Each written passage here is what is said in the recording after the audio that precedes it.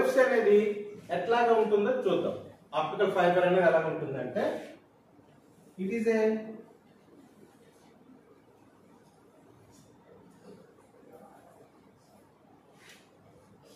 two layers of glass ఉంటుంది. Fibre అంటే it is a fibre glass. ఆ glass ఎలా ఉంటుంది, 2 లేయర్స్ ఉంటుంది. ఓకే, సెంటర్ లో ఒక లేయర్ ఉంటుంది, దాని చుట్టూ ఇంకో లేయర్ ఉంటుంది.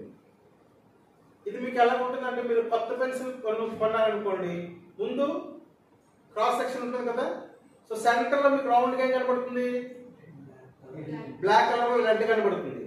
అది సెంటర్ అన్నమాట. దాని చుట్టూ ఏదైతే వుడ్ ఉంటుందో అది అవుటర్ లేయర్ అన్నమాట. It is not a pipe, it is a rod. It is rod type. Rod కి పైప్ కి తేడా ఏంటి, పైప్ కి లోపల కన్నం ఉంటుంది, లోపల నుంచి వాటర్ అది వెళ్ళొచ్చు.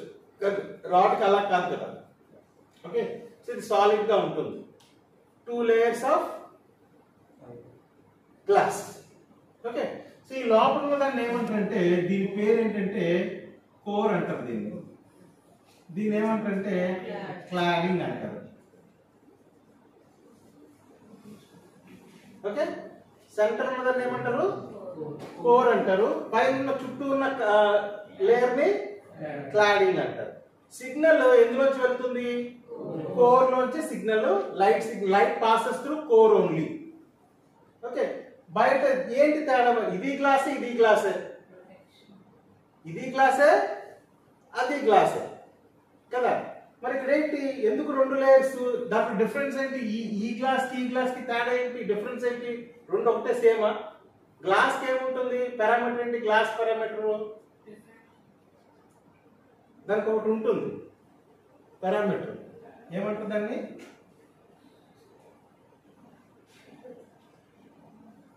ఇదేంటిది రిఫ్రాక్టివ్ ఇండెక్స్, అదేనా,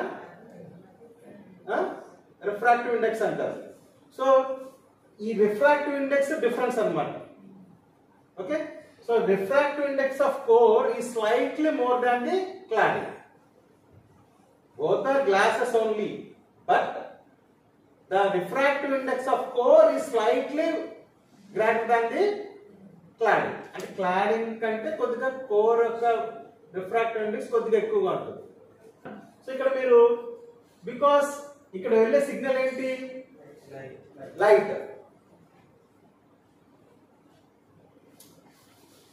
వాట్ ఈస్ లైట్, చెప్పండి, what is light? Light is a form of energy. So ఆ ఎనర్జీ అన్నది మనకి గ్లాస్ గుండా, ఎయిర్ గుండా కూడా వెళ్తుంది. సో ఇప్పుడు మనం దేని గురించి బాగా తెలుసుకోవాలి, సిగ్నల్ లైట్ కింద కనబడడం, లైట్ గురించి తెలుసుకోవాలి కదా. ఇందాక దేని గురించి తెలుసుకున్నాం, ప్రీవియస్ గా సౌండ్ గురించి తెలుసుకున్నాం కదా. What sound is a form of energy. ఆ సౌండ్ ఎలా వెళ్తుందో మనం చెప్పాం, తెలుసుకున్నాం. ఇప్పుడు మనం లైట్ గురించి తెలుసుకుందాం. Okay, so what is light? Light is a form of energy and light travels in a straight line. Okay, so if light passes through opaque body undanukondi emaithundi, opaque body undanukondi, opaque body మీద light పడితే ఏమవుతుంది, stop అయిపోతుంది. అది transparent కానీ opaque body 8th class లో 9th class లో చదువుతున్న subject reflect అవుతుంది. It reflects back. Opaque body ఉంటే ఏమవుతుంది, రిఫ్లెక్ట్ బ్యాక్. ఒకవేళ ట్రాన్స్పరెంట్ అయితే ఏం జరుగుతుంది, రిఫ్రాక్షన్ అనేది జరుగుతుంది. Reflection, refraction. ఒపేక్ బాడీ ఎలా రిఫ్రాక్ట్ అవుతుంది, బెండ్ అయ్యి రిఫ్రాక్ట్ అవుతుంది కదా. It depend again, it depends on the media. Refractive index of the media మీద డిపెండ్ అయి ఉంటుంది. తెలుసు కదా మీకు ఇది. సో రిఫ్లెక్షన్, రిఫ్రాక్షన్ లైట్ లో ఉంటుంది. And light travels in a straight line. The speed of the light is,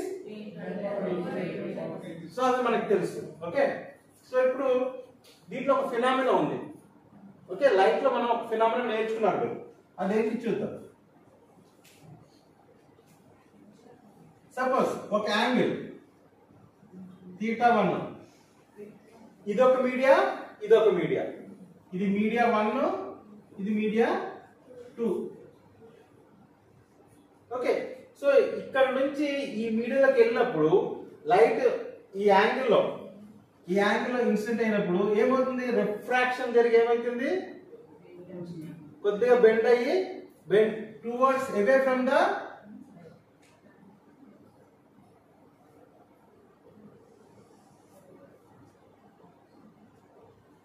y axis కి దూరంగా బెండ్ అయ్యి వెళ్తుంది కదా. ఇది తెలుసు కదా, ఇది మీకు, ఇది 1.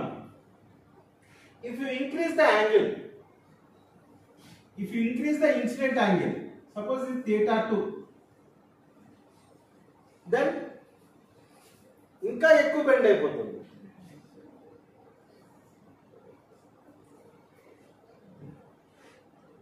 If you increase more the angle of incident,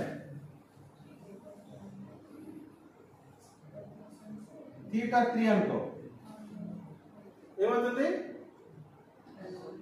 ఒక యాంగిల్ లో ఏమవుతుంది, రిఫ్లెక్ట్ అవ్వదు, రిఫ్రాక్ట్ అవ్వదు, కరెక్ట్ గా హారిజాంటల్ గా వెళ్ళిపోతుంది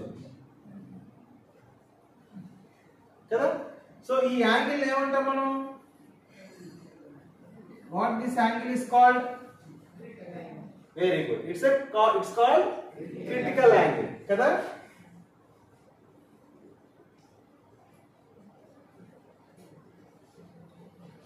సో క్రిటికల్ యాంగిల్ లో కానీ మనం లైట్ ఇన్సిడెంట్ చేసినట్లయితే అది రిఫ్లెక్ట్ అవ్వదు, రిఫ్రాక్ట్ అవ్వదు. ఇప్పుడు if the incident angle is more than the critical angle, critical angle కంటే ఇంకా ఎక్కువ మనం ఈ యాంగిల్ కానీ పెట్టినట్లయితే it reflects back into the same media. Okay, ఇక్కడ రిఫ్రాక్షన్ అవ్వదు, it reflects back into the same media. What is this phenomena called? Total internal reflection. కదా మనం నేర్చుకున్నాం కదా, total internal reflection కదా. ఇది మనం చిన్నప్పుడు మనం నేర్చుకున్నాం స్కూల్లో. Okay, now this phenomena we are using here. This phenomena we are using in the communication, optical communication. What is that phenomena? Total internal reflection. Okay.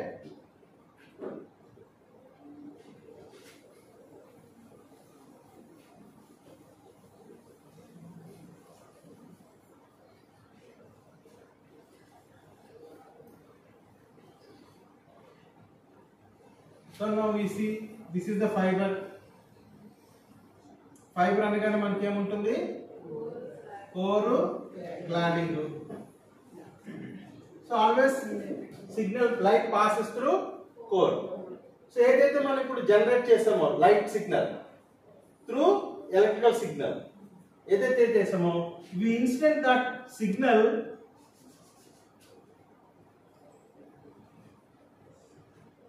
More than the critical angle. Critical angle కంటే ఎక్కువగా ఆ angle మనం దాన్ని incident చేస్తాం. అప్పుడు ఏమవుతుంది, so total internal reflection అయ్యి ఏమవుతుంది,